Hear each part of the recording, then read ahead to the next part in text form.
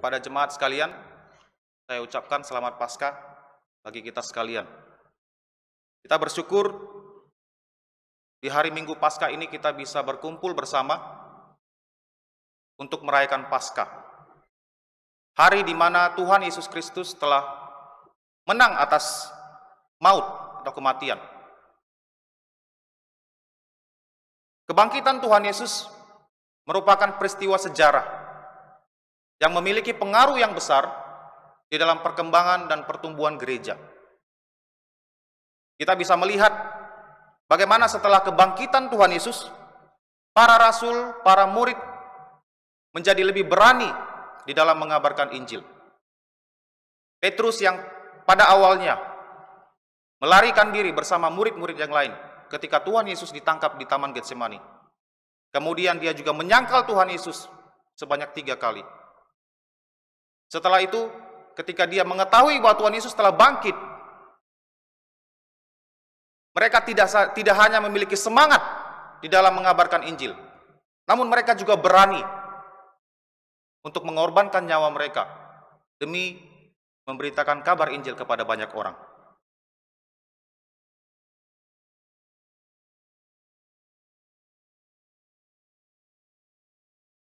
Kebangkitan Tuhan Yesus tidak semata-mata menunjukkan kuasa Tuhan, kuasa Allah Bapa yang Maha Kuasa. Tidak hanya untuk membungkam para pencemooh yang meragukan kebangkitan Tuhan Yesus, tetapi lebih daripada itu, kebangkitan telah memberikan sebuah pengharapan, sebuah kekuatan kepada orang-orang beriman untuk setia di dalam mengikuti Tuhan. Karena kita tahu bahwa Tuhan Yesus benar-benar bangkit, dan kita yakin bahwa Dia adalah Tuhan yang hidup dan yang benar. Di bulan Maret yang lalu, gereja kita mengangkat seri khotbah dengan tema tentang kebangkitan Tuhan Yesus. Nah, saya yakin dan percaya ketika kita sudah mengikuti khotbah-khotbah tersebut, kita mendapatkan sebuah kebenaran, pengetahuan akan kebangkitan Tuhan. Tapi lebih daripada itu, saya yakin juga bahwa iman kita itu semakin diteguhkan di dalam Tuhan Yesus. Karena kita yakin dan percaya bahwa Tuhan Yesus telah bangkit dari kematian. Bahwa Dia adalah Tuhan yang hidup dan yang benar, yang berkuasa atas maut. Nah, di ayat pasal yang akan kita bahas dalam 1 Korintus 15 ayat 1 sampai 11, kita akan melihat bagaimana pentingnya, maknanya kebangkitan Tuhan Yesus bagi orang-orang percaya, bagi orang-orang yang beriman. Nah, di sini Rasul Paulus menuliskan surat kepada jemaat di Korintus, orang-orang yang percaya di Korintus. Dia katakan di ayat yang pertama, "Dan sekarang saudara-saudara, aku mau mengingatkan kamu kepada Injil yang aku beritakan kepadamu, yang kamu terima dan yang di dalamnya kamu teguh berdiri."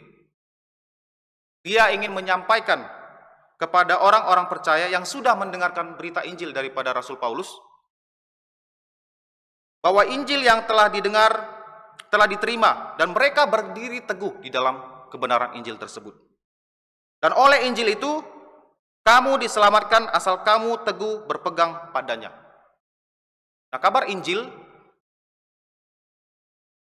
adalah sebuah berita keselamatan bagi setiap umat manusia. Tidak ada keselamatan di luar Tuhan Yesus. Dan kabar Injil itu disampaikan kepada umat manusia agar kita bisa memperoleh sebuah pengharapan. Tidak dihukum binasa di neraka selama-lamanya. Nah, dalam berita Injil ini juga Rasul Paulus memberitakan tentang apa itu Injil. Di ayat yang ketiga, "Sebab yang sangat penting telah kusampaikan kepadamu, yaitu apa yang telah kuterima sendiri, ialah bahwa Kristus telah mati karena dosa-dosa kita sesuai dengan kitab suci, bahwa Ia telah dikuburkan, dan bahwa Ia telah dibangkitkan pada hari yang ketiga sesuai dengan kitab suci." Nah, kita lihat di ayat ketiga dikatakan di sini adalah berita Injil ini adalah sesuatu yang sangat-sangat penting. Kita selalu mendengar ketika seorang pengkhotbah atau pendeta menyampaikan khotbah tentang penginjilan. Seringkali kita mendengar bahwa bagaimana Tuhan Yesus telah mati di atas kayu salib, mengorbankan dirinya, mencurahkan darahnya yang kudus, agar kita bisa beroleh keselamatan. Nah, ini adalah hal yang benar, hal yang sangat penting. Tapi kebangkitan juga tidak kalah sama pentingnya dengan berita kematian Tuhan Yesus di kayu salib. Jumat yang lalu kita merayakan Jumat Agung. Bagaimana Tuhan Yesus telah menderita sengsara, kemudian dia juga telah mati di atas kayu salib. Nah, berita itu, berita keselamatan tidak hanya sampai di situ saja. Tapi berlanjut pada hari yang ketiga, dia telah bangkit dari kematian. Dia dikuburkan dan telah bangkit pada hari yang ketiga. Kebangkitan Tuhan Yesus itu sangat-sangat penting sekali, karena kita tahu bahwa jika Kristus tidak dibangkitkan, maka sia-sialah kepercayaan kita. Dikatakan kita masih hidup di dalam dosa kita. Jika Kristus tidak bangkit sama sekali, maka kita adalah orang yang paling malang dari segala manusia. Rasul Paulus berkata di ayat 19. Jadi kebangkitan bukan sebuah momen di mana kita hanya sekedar merayakan bahwa hari itu adalah hari di mana Tuhan Yesus telah bangkit dari kematian. Tapi lebih daripada itu akan membawa sebuah sukacita, semangat yang baru, pengharapan di dalam Tuhan. Bahwa sama seperti Tuhan Yesus yang telah bangkit, kita juga memiliki pengharapan akan kebangkitan, hidup yang kekal bersama Dia. Dan kebangkitan ini adalah suatu kebenaran atau fakta yang tidak bisa dipungkiri. Di ayat berikutnya, Rasul Paulus memaparkan bagaimana kebangkitan Tuhan Yesus disaksikan oleh banyak orang. Ayat yang kelima, bahwa ia telah menampakkan diri kepada Kefas dan kemudian kepada ke-12 muridnya. Sesudah itu ia menampakkan diri kepada lebih dari 500 saudara sekaligus. Kebanyakan dari mereka masih hidup sampai sekarang, tetapi beberapa di antaranya telah meninggal. Selanjutnya ia menampakkan diri kepada Yakobus, kemudian kepada semua rasul, dan yang paling akhir kepada Rasul Paulus. Dari semuanya ia menampakkan diri juga kepadaku, sama seperti kepada anak yang lahir sebelum waktunya. Nah, di dalam firman Tuhan kita melihat bahwa sebuah perkara tidak bisa disangsikan kebenarannya jika ada 2 atau 3 saksi. Di sini kita melihat saksinya bukan hanya 2 atau 3, tetapi dikatakan di sini lebih dari 500 orang, termasuk para rasul. 500 orang sekaligus melihat bagaimana Tuhan Yesus telah bangkit. Nah, isu kebangkitan Tuhan Yesus telah diserang bahkan sejak hari pertama Tuhan Yesus dibangkitkan. Kita mengetahui bagaimana para prajurit disuap agar menyampaikan berita bohong bahwa mayat Tuhan Yesus telah dicuri oleh para murid. Kemudian juga ada orang yang menyangkal bahwa Yesus telah sungguh-sungguh mati, tetapi dia hanya pingsan. Ada juga yang menyangkal bahwa Yesus telah bangkit secara badaniah. Mereka mengatakan bahwa dia bangkit secara rohaniah. Nah, ini semua sangat-sangat berbahaya. Karena jika Kristus tidak bangkit, maka kita masih binasa di dalam dosa-dosa kita. Kebangkitan Tuhan Yesus menunjukkan bahwa Allah telah berkenan menerima penebusan dosa yang dilakukan oleh Tuhan Yesus bagi umat manusia. Bagi pembenaran kita dianggap benar oleh Allah di hadapannya oleh karena Yesus Kristus telah bangkit. Apa yang Dia lakukan sudah dianggap benar oleh Allah, diterima oleh Allah, sehingga kita bisa diperdamaikan dengan Allah Bapa. Kita tidak lagi menjadi seteru, tetapi kita menjadi anak-anak Tuhan.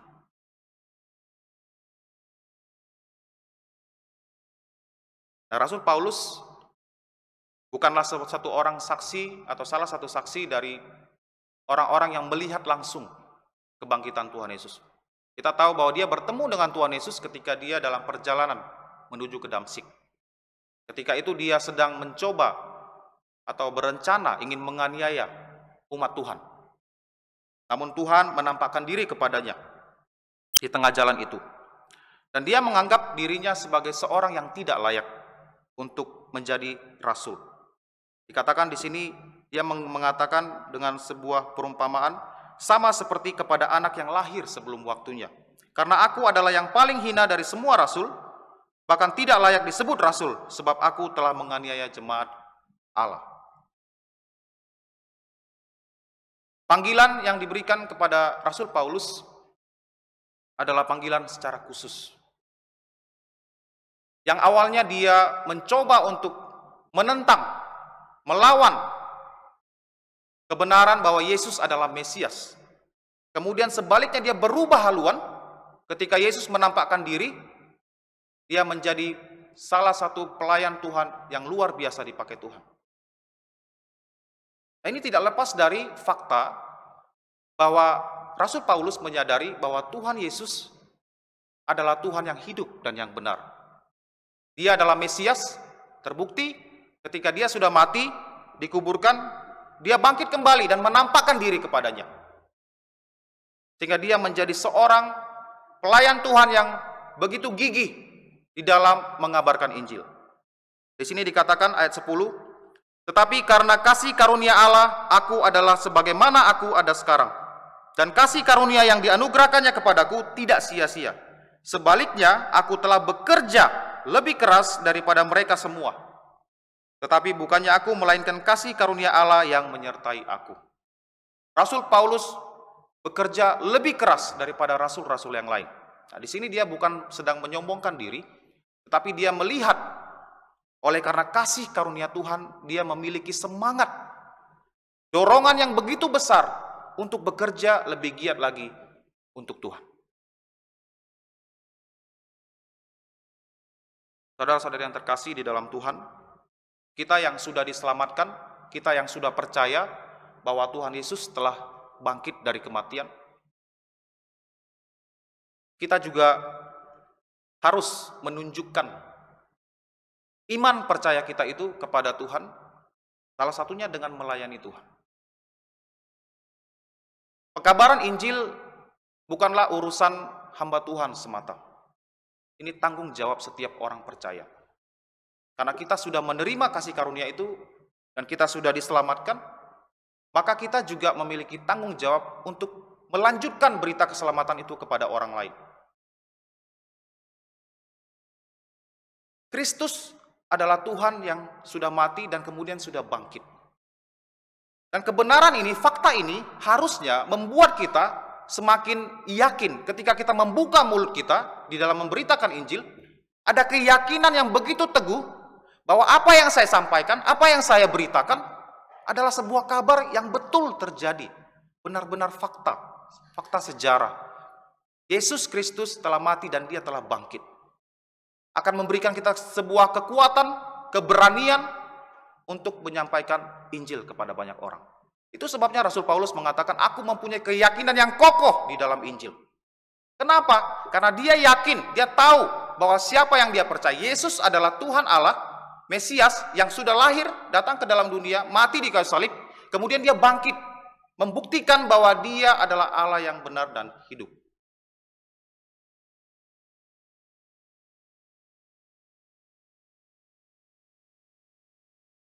Ada kuasa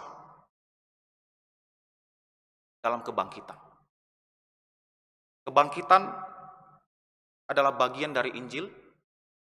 Kita sudah lihat tadi bahwa tanpa kebangkitan tidak ada keselamatan. Dan kebangkitan ini membuat kita semakin teguh, semakin yakin dalam mengikut Tuhan. Inilah yang didapatkan atau dirasakan oleh para rasul dan para murid ketika mereka melihat bahwa Tuhan Yesus sungguh-sungguh sudah bangkit. Nah, di dalam perayaan Paskah, kita merayakannya setiap tahun. Bagaimana sikap atau perasaan hati kita? Apakah ada suatu dorongan, apakah ada suatu pengaruh di dalam hidup kita ketika kita mengenang kembali, merayakan kembali hari Paskah? Apakah ada sebuah keyakinan yang diteguhkan oleh Tuhan ketika kita mengetahui bahwa Tuhan kita telah bangkit? Perayaan Paskah harusnya melimpahkan rasa syukur yang begitu besar dalam diri kita. Pertama-tama tentu saja karena kita sudah diselamatkan. Dan selanjutnya karena kita juga memiliki keyakinan akan Tuhan yang kita percaya, bahwa Dia adalah Tuhan yang hidup, Tuhan yang benar. Dan Rasul Paulus bekerja sedemikian giat dan dia mengajar, ya. Sebab itu baik aku maupun mereka, demikianlah kami mengajar dan demikianlah kamu menjadi percaya. Dia melanjutkan tugas pelayanan itu. Pekabaran Injil dilakukan oleh Rasul Paulus dengan luar biasa, dengan pertolongan Tuhan, dengan kasih karunia Tuhan. Dia menjadi salah satu rasul yang dipakai Tuhan dengan sangat luar biasa. Jadi berita kebangkitan adalah sesuatu yang sangat penting dalam kehidupan iman Kristen. Tidak hanya bagian dari Injil, tapi juga itu menjadi sebuah dorongan, sebuah pengaruh yang besar dalam hidup kita sebagai orang beriman untuk terus mengikuti Tuhan dan untuk terus mengabarkan Injil kepada setiap orang yang kita temui. Inilah perayaan Paskah yang harusnya kita rasakan di dalam hati kita di dalam merayakan Paskah ini. Kiranya Tuhan menolong kita sekalian agar kita selalu mau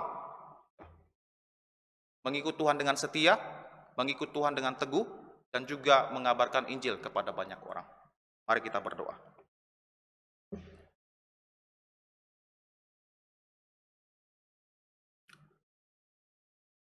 Allah Bapa Sorgawi, kami sungguh bersyukur untuk hari kebangkitan Tuhan Yesus. Kami tidak hanya dibenarkan di dalam iman, tapi kami juga mendapatkan sebuah kekuatan, pembaruan dalam hidup kami untuk lebih giat lagi di dalam melayani Tuhan, untuk semakin teguh di dalam mengikuti Tuhan. Bantulah setiap kami ya Bapa dalam perayaan Paskah ini, agar kami sekalian hati kami dilimpahi dengan rasa syukur yang begitu besar, sehingga kami juga bisa dikuatkan, diteguhkan di dalam iman. Kami berdoa untuk setiap kami, berikanlah kami keberanian, keyakinan yang teguh di dalam Injil, bahwa Injil dapat menyelamatkan setiap orang berdosa. Sehingga kemanapun kami pergi, kami selalu ingin mengabarkan kabar Injil kepada setiap orang yang kami temui. Berikan kami keberanian, kekuatan untuk melayani Tuhan. Ampunilah kami dari segala dosa dan pelanggaran kami. Di dalam nama Tuhan Yesus Kristus kami berdoa dan bersyukur.